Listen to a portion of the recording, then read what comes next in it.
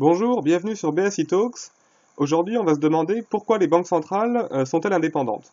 Donc la plupart des banques centrales, des grandes banques centrales du monde sont indépendantes, hein, la Banque centrale européenne, la Fed, donc la Banque centrale des États-Unis, les banques centrales anglaises, japonaises, etc. sont indépendantes, donc indépendantes du pouvoir politique, hein, indépendantes des gouvernements. C'est pas les gouvernements, c'est pas, mettons, Trump qui passe un coup de fil à Janet Yellen, la présidente de la Fed, et qui lui donne des ordres. Donc les banques centrales ont une relativement grande indépendance vis-à-vis du pouvoir politique, et on va essayer de se demander un petit peu pourquoi. Donc la principale raison, c'est d'éviter que les banques centrales financent le déficit public par ce qu'on appelle la planche à billets, donc c'est-à-dire la création monétaire. Donc on a plein d'exemples dans l'histoire, y compris l'histoire récente, où quand un État avait un déficit public élevé, ce qu'il fait, c'est qu'il passe un coup de fil à la Banque centrale, et il demande à la Banque centrale de créer de la monnaie, de faire tourner la planche à billets concrètement, pour donner ou prêter de l'argent à l'État à des taux très faibles. Donc il y a plein d'exemples dans l'histoire, j'en ai mis deux que j'ai pris un petit peu au hasard, mais on aurait pu en trouver plein d'autres. Donc on a l'exemple de John Law, donc cet Écossais qui est venu en France au début du XVIIIe siècle, donc à l'époque de la Régence, quand Louis XV était encore gamin, juste après la mort de Louis XIV. L'État était complètement fauché, et John Law, il a eu comme idée en fait, d'imprimer des billets. À l'époque, la monnaie était basée sur l'or, et lui, il s'est dit, je vais imprimer des billets papier. Comme ça améliorera la santé de l'économie, le commerce, l'investissement, et puis ça permettra d'éponger les dettes de l'État. Donc le système de l'eau, c'est un système très complexe, très intéressant aussi. Là, je vous la fais très rapide. Donc il a imprimé beaucoup de billets, John Law, qui était en quelque sorte le banquier central de la France à l'époque. Et le problème, c'est qu'il en a imprimé beaucoup trop, et les gens ont totalement perdu confiance dans ces billets. Ils se sont dit ces billets n'ont plus aucune valeur, leur valeur ne repose sur rien. Ils ont demandé à convertir leurs billets en or, et le système s'est effondré.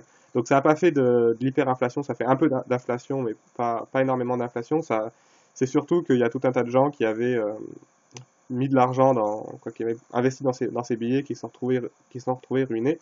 Donc un système très complexe, le système de l'eau, mais qui s'est en fait effondré parce que il a imprimé beaucoup trop de billets. Alors il a effectivement réduit la dette publique de l'État, mais il a créé beaucoup d'autres problèmes monétaires. Un autre exemple, j'ai pris le Chili, on aurait pu prendre tout un tas de pays d'Amérique latine ou d'Afrique de la deuxième moitié du XXe siècle. Donc le Chili, en 1970, arrive au pouvoir, Salvador Allende, avec un programme très à gauche, plein de dépenses sociales. Et le problème, c'est que l'État chilien n'avait pas les moyens de toutes ces dépenses sociales. Et ce qu'a fait Allende, c'est qu'il a demandé à la Banque centrale de faire tourner la planche à billets, donc de prêter de l'argent à l'État à des taux très bas. Et le problème, c'est que la Banque centrale a créé énormément de monnaie, beaucoup trop qu'elle n'aurait dû. Et ça a fait de l'inflation. Et bon, après, il y a eu le coup d'État de Pinochet, etc., etc. Mais le problème central de la politique d'Allende, c'est que il a dépensé beaucoup trop d'argent, et il a fait financer le déficit public par la Banque centrale et la création monétaire. Donc il y a plein d'exemples dans l'histoire où les gouvernements ont fait financer leur déficit par la Banque centrale, et en général ça s'est très mal fini. Et donc l'idée, ça a été de dire, eh ben, il faut que les banques centrales soient indépendantes du pouvoir politique, il faut interdire au gouvernement la possibilité de demander à la Banque centrale de financer leur déficit. Et donc c'est pour ça que la plupart des banques centrales aujourd'hui sont indépendantes des dirigeants politiques, notamment la Banque centrale européenne. Et donc la principale mission des banques centrales, en tout cas de la Banque centrale européenne, c'est de stabiliser l'inflation. Donc ce modèle de banque centrale indépendante, on peut se demander est-ce que c'est forcément la panacée, est-ce qu'il pose pas quelques problèmes aussi.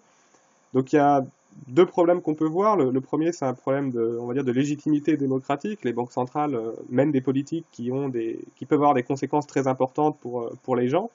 Et c'est des banques centrales dirigées par on va dire, des experts qui n'ont à peu près de compte à rendre à personne. Donc on peut se demander est-ce que c'est réellement bien démocratique de procéder de la sorte. Et une autre question qu'on peut se poser, c'est ces banques centrales dirigées par des experts, des économistes renommés qui ne rendent à peu près de compte à personne. Est-ce qu'elles ont forcément toujours mené les politiques adéquates ces dernières années? Donc il y a certains exemples où on peut voir que les banques centrales ont probablement fait des erreurs, Donc j'en ai listé deux qui sont peut-être les plus parlants. Donc aux États-Unis, au début des années 2000, Alan Greenspan, qui était le patron de la Fed, de la Banque centrale américaine à l'époque, il a laissé les taux d'intérêt très bas pendant très longtemps, et probablement trop longtemps, ce qui a entraîné beaucoup de crédits immobiliers notamment, et une bulle immobilière qui a fini par éclater. C'est ce qu'on a appelé la fameuse crise des subprimes de 2008.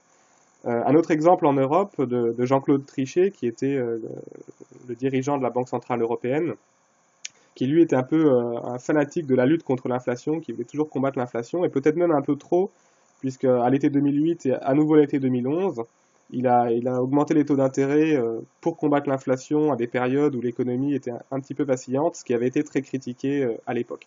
Voilà, donc on a bien compris pourquoi les banques centrales sont indépendantes.